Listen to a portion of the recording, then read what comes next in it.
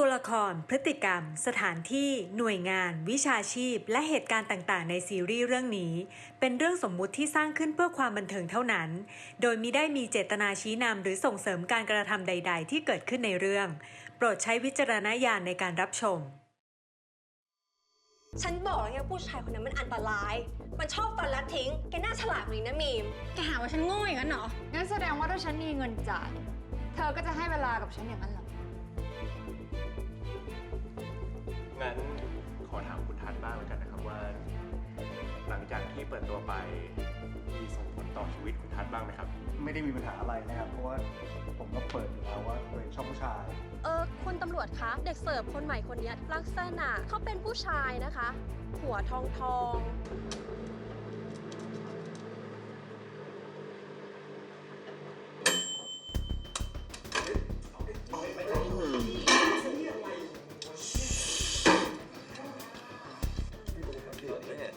มาแล้วกำลังฟูๆเลย เอาพวกมึงทำดิเกี่ยดีๆดีวะ เฮ้ยฮัลโหลไปมาแล้วใช่ไหมได้ เดี๋ยวกูลงไปเอา เฮ้ยพวกมึง เดี๋ยวกูลงเอาของเพิ่มอ่ะเร็วๆนะมึงอย่าทำก่อนเฮ้ย แล้วเผื่อกูด้วยนะมึงอย่าบ่นนะ แล้วนี่มึงมั่นใจได้ไงว่าผู้ชายหัวทองอ่ะเป็นแฟนเก่ามิเรียมจริง ก็มีแต่มันนี่แหละที่ยังตามตื้อมีมอยู่ มึงจะไม่ทำอะไรมันอีกใช่ไหมใจเย็นนะเว้ย กูได้ข่าวนะคราวที่แล้วมันก็ซัดมันหนักอยู่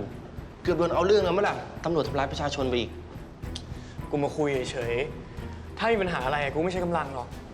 นี่มึงเห็นกูเป็นคนยังไงเนี่ย กูก็เห็นมึงเป็นคนใจร้อนทุกครั้งทุกเรื่องที่มันเกี่ยวกับผู้หญิงคนนี้ ยังไงมึงก็ระวังตัวหน่อยนะเว้ย ยิ่งตอนนี้เราสองคนโดนผู้กำกับจับตามองอยู่ทำอะไรให้เขาเดือดร้อนหรือข้ามหน้าข้ามตาเขาอะระวังจะโดนย้ายกูไม่อยากซวยไปด้วย นี่สุดมึงห่วงตัวเองไม่ได้ห่วงกูใช่ไหม ก็ใช่เลยดิ มึงดูด้วยนะยศมึงยศอะไรแล้วกูยศอะไรใครมันจะซวยกว่ากันนะ กูไม่พามึงซวยหรอกนะแต่โดนไล่ออกอะโดนด้วยกันนะ เอ้า ไอ้สัตว์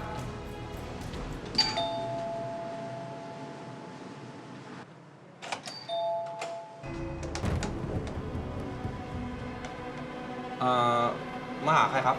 มาหาต้น ต้นมันลงมาเอาของข้างล่างเมื่อกี้ครับ มีอะไรหรือเปล่าครับ แล้วนี่ทำอะไรกันอยู่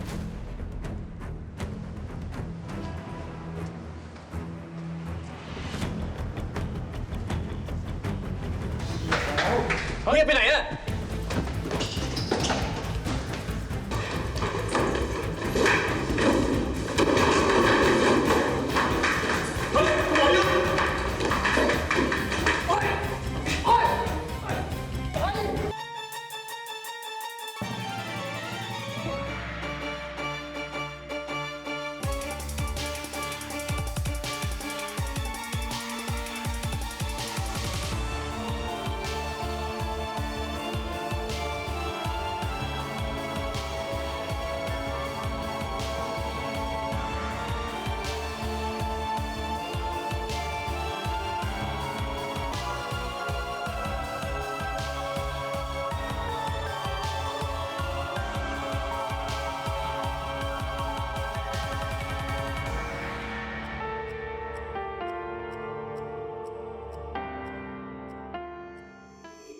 ใส่กุญแจผมทำไมเนี่ย ผมไม่ทำอะไรผิดซะหน่อย แล้วมึงวิ่งหนีทำไม มึงกลัวอะไร กูแค่มาคุยด้วยเฉยเอง คุยอะไร ผมก็แค่ปาร์ตี้กับเพื่อนในห้องเนี่ย ไม่ทำอะไรผิดกฎหมายนะเฮ้ยทำอะไรอ่ะ นิ่ง เฮ้ย แล้วนี่อะไร ปาร์ตี้สงกรานต์ปะแป้งเหรอ เรื่องปาร์ตี้มึงไว้ที่หลัง วันนี้กูจะมาถามมึงเรื่องมีม เรื่องมีเมียเก่าผมเนี่ยนะ แค่นี้เหรอ ผมก็ยุ่งตั้งนานแล้วไง แต่ไม่กี่เดือนก่อนเนี่ย มึงยังตามไปดักรอเขาที่คอนโดอยู่เลย ตอนนั้นมันร้อนเงินกูว่าจะไปยืมเงินมาสักหน่อย แต่นอกจากผมจะไม่ได้เงินแล้วอ่ะ ยังโดนตำรวจที่ไหนไม่รู้แม่งซ้อมด้วย มีคนบอกกูว่าเห็นผู้ชายลักษณะแบบมึง ผมสีบรอนซ์ทอง ตามเขาไปถึงที่งานเลย นี่คุณ ผู้ชายผมสีนี้ก็ครึ่งประเทศแล้วปะวะ แล้วมีมอ่ะครั้งนั้นครั้งสุดท้ายผมเจอแล้ว ไม่ได้ยุ่งอีกพอรู้ว่ามันมีผัวใหม่เป็นตำรวจอ่ะผมก็ไม่กล้าแล้วไงครับแล้วทำไมคราวนี้ยังไงอีกอีมีมันหนีมีผัวใหม่อ่ะ เชี่ยนี่ เฮ้ยพอ มึงระวังคำพูดมึงดีๆนะเมย์มึงโดนทั้งข้อหาเล่นยาทั้งหมิ่นประมาทแน่ หมิ่นประมาทนะครับคุณตำรวจ ที่ผมพูดไปก็เรื่องจริงทั้งนั้นแหละ นี่จะเล่าอะไรให้ฟังนะ สมัยตอนที่คบกันมหาลัยอะคนมันอยู่ด้วยกัน นอนด้วยกัน เวลาเอากันแล้วมันไม่เหมือนเดิม มันรู้สึกได้ ผมก็เคยถามมันนะ มันก็ตอแหลจนสุดท้ายได้มาดูด้วยตัวเอง ก็เลยเห็นมันกับเพื่อนอะเดินออกมาจากเราพร้อมกับเสียในออปติกไซด์ไลน์ไง มึงเห็นกับตาตัวเองเหรอ มีกับตายแหละครับตำรวจ แล้วมึงรู้ได้ว่าเขาขายตัว เขาอาจจะทำงานอย่างอื่นก็ได้ โอ้โห คุณตำรวจ นี่คุณโลกสวยและเดียงสากันแน่วะ ที่แบบนั้นนะ คุณคิดว่าเขาทำอะไรกันได้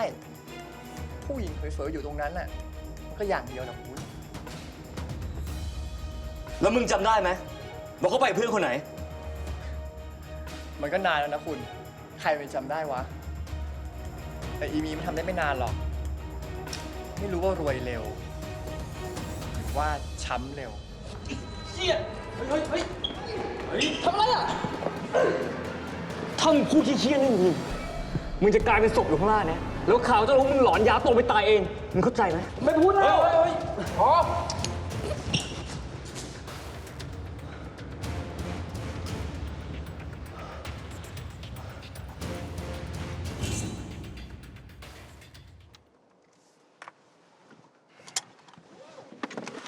ให้วันนี้วันเดียวนะ ไม่ต้องมาส่งมีมแล้ว มีมดูแลตัวเองได้ รู้ว่าเก่ง แต่ไม่อยากให้ไว้ใจต้นเลยอ่ะ มันจะกลับมาเมื่อไหร่ก็ไม่รู้ นี่ไง สเปรย์พริกไทยไม่ต้องกลัวใครแล้ว แค่นี้มันจะสู้ใครเขาได้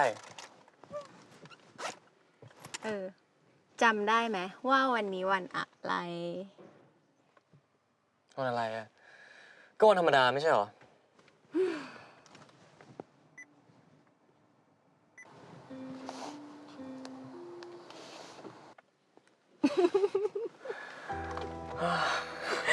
คนบ้าอะไรเนี่ย ลืมวันเกิดตัวเองด้วย จริงด้วย นี่ตินทำงานหนักจนลืมวันเกิดตัวเองไปเลย ต้องให้มีมเตือนทุกปีเลยนะ ก็มีแต่มีนนี่แหละที่จำวันเกิดตินได้ ไม่ต้องมาน้อยใจเลย งั้นเอาแบบนี้ไหมวันนี้เราไปทำข้าวกินที่บ้านตินกัน จริงปะเนี่ย นี่ตินไม่ได้กินกับข้าวฝีมือมีนมานานแล้วนะ จริงสิ มีมนะจะทำให้ตินนะอิ่มท้องแตกไปเลย มีมไปละ Happy Birthday นะ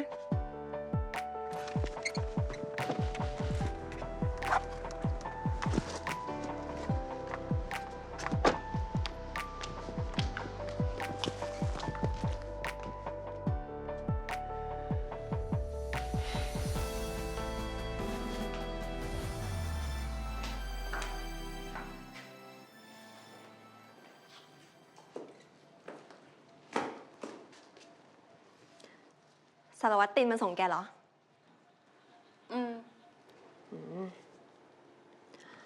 เดี๋ยวนี้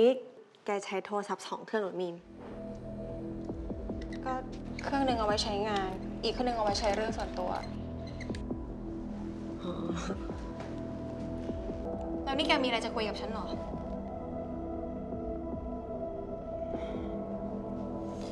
คือฉันจะมาขอโทษแกอะเรื่องวันก่อนที่ฉันว่าอย่างเรื่องทิม ฉันขอโทษนะมีน ฉันควรจะเคารพการตัดสินใจของแก ไม่ว่าจะเป็นยังไง ฉันจะอยู่ข้างๆแกนะ ไม่ว่าแกจะแฮปปี้หรือแกจะเสียใจ ฉันจะเป็นกำลังใจให้แกตลอด งั้นถ้าฉันบอกแกว่าฉันจะออกไปเปิดแบรนด์ใหม่เนี่ย แกยังจะเป็นกำลังใจให้ฉันอยู่ไหม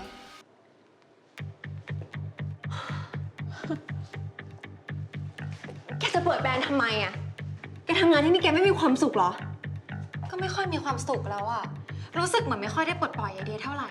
ท อะไรออกไปนะคนก็ไม่ค่อยรู้จัก ฉันอยากให้แบรนด์ฉันเนี่ยมันเป็นฉันมากกว่านี้ แต่เปิดแบรนด์ตัวเองมันไม่ง่ายไงมีม กว่าฉันจะมาถึงจุดนี้ได้ ฉันลำบากมากเลยนะเว้ยแกก็เห็นอะ ต้นทุนแกมันสูงมาตั้งแต่เริ่มแล้ว พ่อแกก็เป็นเจ้าของธุรกิจเทคไทยระดับประเทศ แบบนี้เขาเรียกว่าลำบากเหรอ หรือว่าที่แกไปเรียนเมืองนอกแล้วต้องซักผ้าล้างจานเอง นี่คือลำบากของแกใช่ไหม ฉันนี่สิ ฉันนี่ลำบากจริงๆ นักเรียนทุน เรียนจบก็ต้องทำงานใช้ทุน กว่าจะตั้งตัวได้เนี่ยต้องใช้เวลาตั้งกี่ปี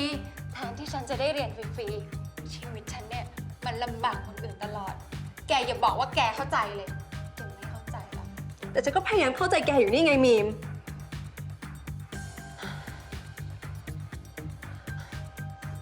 เอางี้ไหมล่ะ ถ้าแกจะเปิดแบรนด์ของตัวเองแกก็เปิดเป็นแบรนด์เล็กออกเป่าอีฟไงเงินทุนมันหายากนะ แกจะไปหามาจากไหนตอนนี้ ก็คงต้องสู้แหละอีฟ ก็คงหาเงินมาให้ได้ นี่ทิมก็บอกนะว่าฉันน่ะมีฝีมือ น่าจะมีอะไรเป็นของตัวเองได้แล้ว แล้วฉันเองก็เพิ่งคิดได้ ว่าฉันเนี่ยอยู่ใต้เงาของคนอื่นมานานแล้ว แล้วแกไม่ต้องกลัวนะ ยังไงเนี่ยฉันก็จะอยู่ทำงานที่นี่จนเสร็จ แล้วค่อยว่ากัน เพราะยังไงเนี่ยมันก็เป็นแค่ไอเดีย ทิมเหรอ ผู้ชายคนนี้อีกล่ะ ใช่ เขาเชื่อในตัวฉันนะ เขาให้กำลังใจฉัน ไม่เหมือนแกที่ไม่เคยซัพพอร์ตกันเลย คิดลบตลอดว่าจะเกิดแต่เรื่องแย่ๆ เพราะจริงๆ แล้วอะแกไม่เคยเชื่อในตัวฉันเลย ไอ้มีม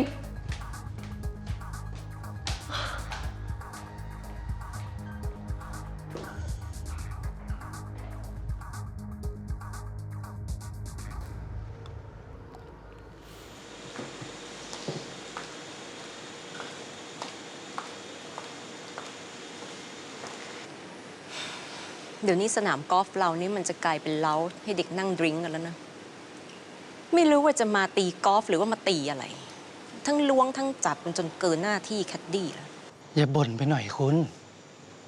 สนามกอล์ฟเราเนี่ยอยู่ได้ก็เพราะเสียพวกนี้เนี่ยแหละ อะไรที่คุณไม่ชอบก็มองข้ามไปบ้างก็ได้ ฉันเข้าใจธรรมชาติของพวกนี้ดี เวลามีเงินมีอำนาจ อีโก้มันก็สูง มันก็อยากจะให้คนเนี่ยมาเลียอีโก้ของมันให้สูงขึ้นไปอีก ต้องหาคนมาล้อมหน้าล้อมหลัง ให้ผู้หญิงมาเอาอกเอาใจ ให้ตัวเองนี่รู้สึกว่าเป็น VIP มันก็เป็นธรรมดาของผู้ชายหรือเปล่าล่ะ ผมเองก็เคยเป็น แต่ตอนนี้ผมหยุดแล้วไง ให้มันจริงเถอะ ที่ไม่มีเนี่ยเพราะว่ามันไม่มีน้ำยามากกว่า มันไม่รู้ว่าจะเอาอะไรไปอวดเขา เป็นสอสอบตกมา2 สมัยติดเนี่ยจนต้องให้ลูกชายมันลงแทน ไม่รู้ว่ามันจะล้มเหลวแบบพ่อมันหรือเปล่า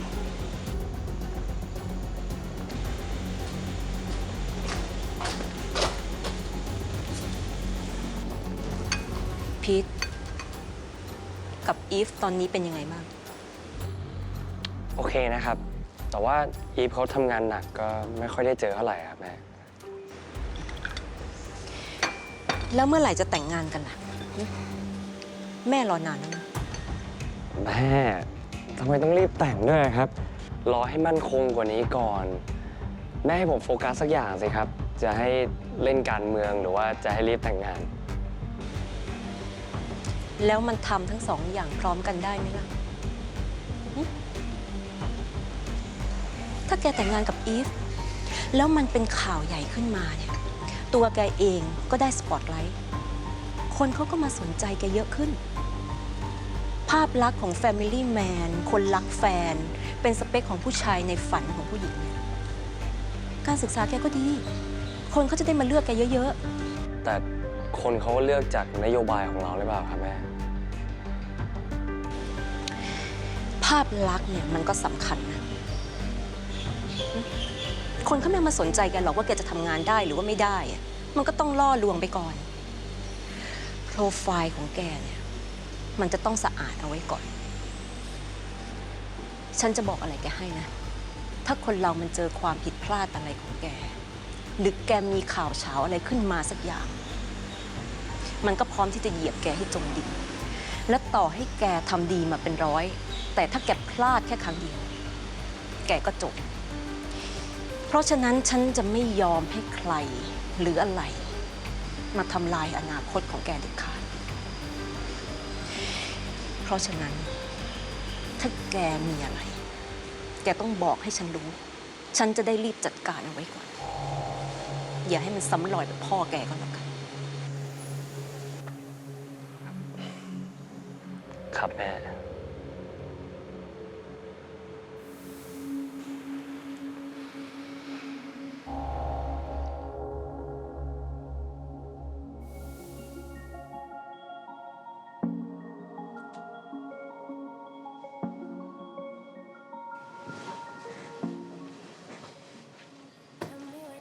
จะรีบไปไหนอะ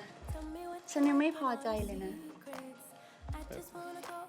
พอดีว่าแม่ผมไม่สบายอะครับ ผมเลยต้องรีบกลับไปดูแล โห เป็นเด็กกตัญญูซะด้วย นี่หาเงินมาได้เท่าไหร่ก็คงให้แม่หมดสินะ ก็มีเก็บไว้แค่ส่วนตัวบ้างนิดหน่อยครับ แต่ว่าถ้าเธออยู่ต่ออีกหน่อยอะฉันก็ให้เธอเพิ่มเยอะนะ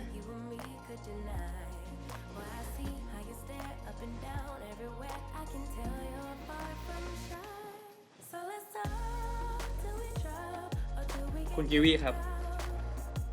ผมรู้สึกว่า ผมไม่สบายใจเลยที่ผมทำแบบนี้ ทำไมอะเธอมีอะไรกับฉันแล้วฉันก็ให้เงินเธอเธอไม่ชอบ มันไม่ใช่อย่างนั้นครับ คือมัน ทำไม มันเสียศักดิ์ศรี ศักดิ์ศรีลูกผู้ชายพอถูกเหยียบย่ำหน่อย พอผู้หญิงมันเหนือกว่า พอถูกผู้หญิงเลี้ยงเนี่ยมันยอมกันไม่ได้เลยใช่ไหม คือมันก็ไม่ใช่แบบนั้นเหมือนกันครับ ผมแค่รู้สึกว่า นี่มันไม่ใช่งานที่ผมถนัด แต่ฉันว่าเธอถนัดและก็เก่งมากเลยนะ ทำไม แล้วถนัดงานแบบไหน งานที่ไม่รู้ว่าวันนี้จะได้กี่ร้อย ใช้ชีวิตไม่แน่ไม่นอนงั้นเหรอ หัดหวังให้มันสูงขึ้นบ้างนะ จะได้ไม่ต้องดิ้นรนไปตลอดชีวิต ครับ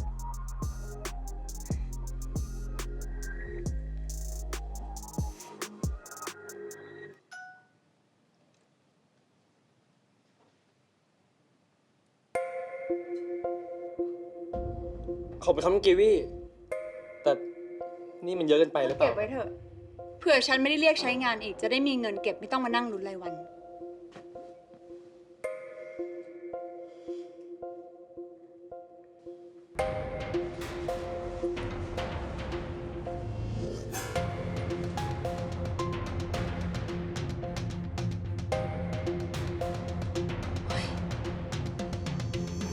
ที่กูสั่งให้ไปปั่นหัวอีฟแล้วมึงทำมันหรือยัง